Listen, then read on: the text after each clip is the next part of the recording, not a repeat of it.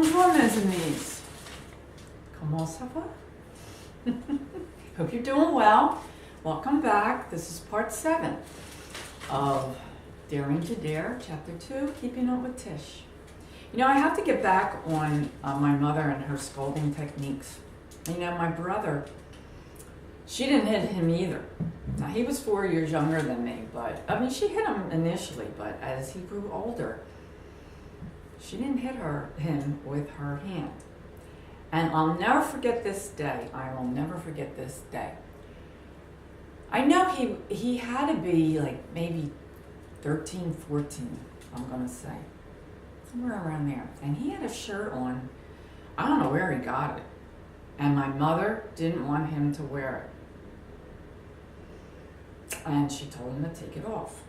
She told him to go upstairs and take it off. Well, I'm sitting on the sofa directly across from this scene. So Mom goes and does her thing, and I see my brother coming down the steps with the same shirt on. I didn't say a word. He went down to the steps, made a right, and started to get to the door, and my mother saw that he had the same shirt. She came dashing into the living room. She grabbed the back of that shirt and she ripped it right off his back. I mean, she grabbed it and well, he wasn't wearing that shirt. She made sure of that.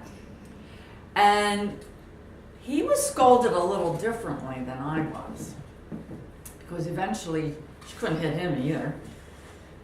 Geez, she was bruising herself. Gee, that's a shame, isn't it? She would make him go and get a big, brown, thick leather belt. He would have to go and get it and hand it to her, and he would stand there and she'd smack him with that belt. He never one time in my presence that I ever saw it. So it's not like something I wanted to see, but you know, things happen in front of you sometimes.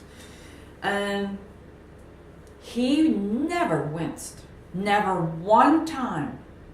He stood there and he let her slap him silly with that belt. Finally, it was over, thank God. And there he goes upstairs to his bedroom. I haven't moved. I'm still on the sofa watching this whole thing unfold. Here he comes down with finally another shirt on. And out the door he went. My mother was watching to see what he had on. I don't know what she had against that shirt. I looked at it. I didn't see anything wrong with it. But then I obviously wasn't looking at the world like she was. You know, my mom was with us and she was getting worse. She had been diagnosed with multiple sclerosis, and that's just a slow, debilitating death, really. Very slow. And as she was living with us, we started noticing that she was going down, down, down. And it shocked me one day when I went down. We were in a split level, and she was given the whole lower level, which would have been the family room, a bathroom, and of course then the laundry room was in the back, but she couldn't do the laundry. And I would go down there a lot to try to keep her company, because I know she wasn't happy. I mean, how can you be happy? You're pretty much, you're sitting in a chair. She couldn't even hardly feed herself at that point. They had wrapped knives and forks with like towels, and so she could grip it, because she couldn't grip a regular spoon or fork or knife. She couldn't grip it. And you know, my mother, my father would have to help her in the bed and help her out. I never did that. I don't know why. I would have. I could have. I also saw my mom getting bathed in bed. That was an experience. I wasn't there for the body wash, but I was allowed to go in and see her hair being washed. And I know what to do now. If I have to wash somebody in bed, I saw it. I saw it very early on. Well, one day I ran down the steps, not hearing anything, and my mom liked her TV. That was one of her few enjoyments. Of course, she enjoyed the family and all, but my mom was busy, and I'm going to school, kids are going to school, you know, so she was left to her own devices. Anyway, it was very quiet down there, so I decided to go down and see, you know, what she was up to. I looked in her room. No mama. I looked in the bathroom. No mama. Now, she couldn't go up steps. I don't even think she could open a door, to be honest with you. Anyway, to my shock and amazement, I turned my head to the right. She was lying on the floor in the laundry room, and fizz was coming out of her mouth. And I'm like, I ran there and I saw pine saw on the floor. I knew immediately what she had done. And I screamed, Mom, did you take that? And she couldn't even talk. She went like this. Well, my heart, boom, boom, boom, boom. I mean, she was trying to kill herself. Boom, boom, boom. I ran up, I got my mother. My mother ran down. Oh, God, my mother was so pissed off at her own mother. She wanted me to help her drag her into her room and get her in her chair. And I was telling her the whole time, you're wasting time, you need to call an ambulance. Well, she did call an ambulance. They arrived pretty quickly. And off my mom went to the hospital. Very sad to see that. I can remember when she came home from the hospital. I was there with Elmira, and I can remember my mother saying to her, Mom, you know, you have me, you have the kids, you have Bill. And I can hear her say, Mama, I've lost everything. Now even my health. She says, and you and the kids just aren't enough anymore. Oh my gosh, that was like a knife stabbing me in the heart. I was like, this is bad. Because she would never say anything like that. Never, ever, ever. But she was so depressed at her life. And you know, looking back on it, I couldn't blame her.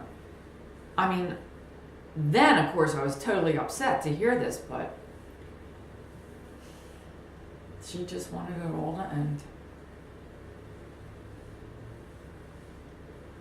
And one day she did die. But not before I visited her in the hospital. She got to the point where my mother couldn't take care of her in the house.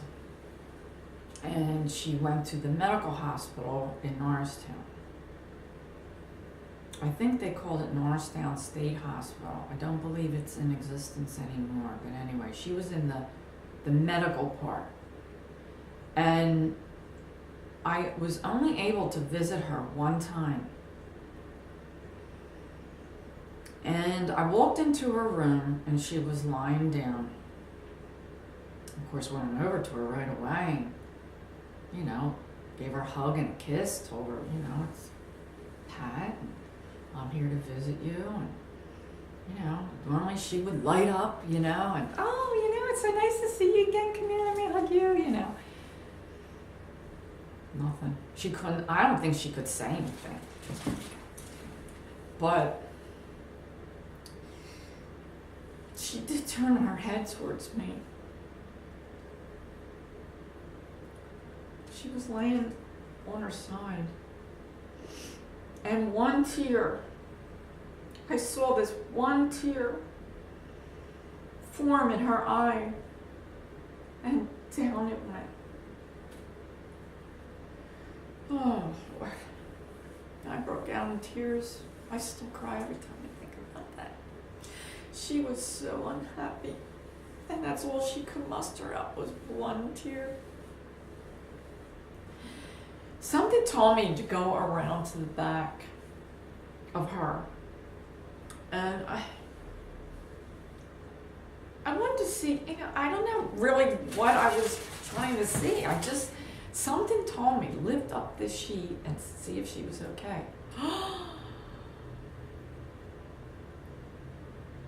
I couldn't believe what I saw. On her lower back was a hole. I'd say about this big, and in like about 2 inches, and it was all like raw and just like oozing, and I didn't even know what it was. I didn't say anything to my mom. Eventually I did have to leave. That's the last time I saw her alive. But I didn't even know what it was. Here it was a bedsore. It looked like some wild animal took a big chunk out of her. That's what it looked like. I've never seen anything before or since then that looked like that. And I felt so bad for her. Because then I realized, how she got it. She's laying on her back too much. Well, why aren't they switching her around? Ugh. I don't know. Anyway, she passed away. She finally got her wish. She passed away. And I still remember her lying in the casket. Of course, I wanted to kiss her.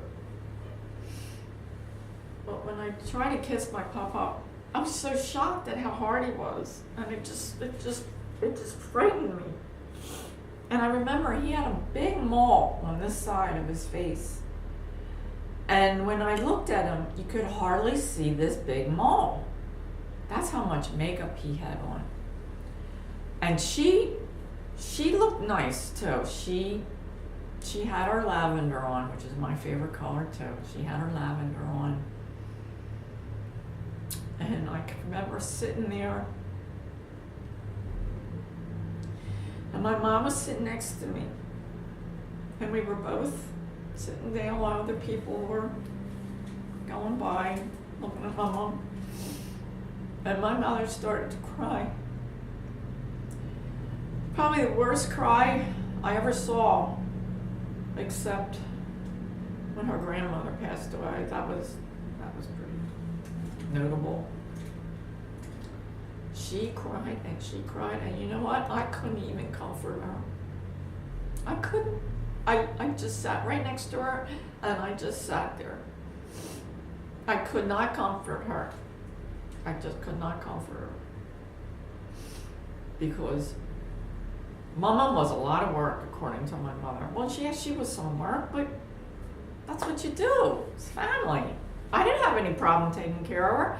I used to do her hair. I used to put curlers in. I used to do a lot of things, paint her nails, I did a lot of things, and I enjoyed doing it, but to my mother, it was just all work.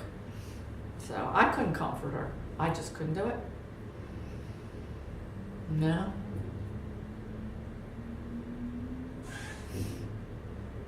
Couldn't do it. And 2 or 3 months later, after she had been buried, my mother and I were in the kitchen, which is 6 steps above where the family room was, where my mom used to stay. And she had this bell that she would ring if she needed help with something, because she couldn't, if she yelled for you, you couldn't hear her. So I'm sitting at the table. My mother's on the other side of the table. I was sitting, my mother's standing. Oh my gosh, we heard the bell. I looked at my mother, she looked at me, I got up, I ran downstairs right to where the bell was. And it was in the exact same position as it was. I picked that bell up and I rang it. That was that bell that rang. It was that bell. My mother didn't even knew it. It was that bell. Somehow she rang that bell. My presence of mind to go outside, I was thinking, well, maybe it's one of those ice cream trucks. Or maybe, I was thinking, outside. I looked outside, there's nothing. I know, in my heart of hearts, she rang that bell. I love her so. She was so sweet. Such a loving, kind, heavenly, just like an angel.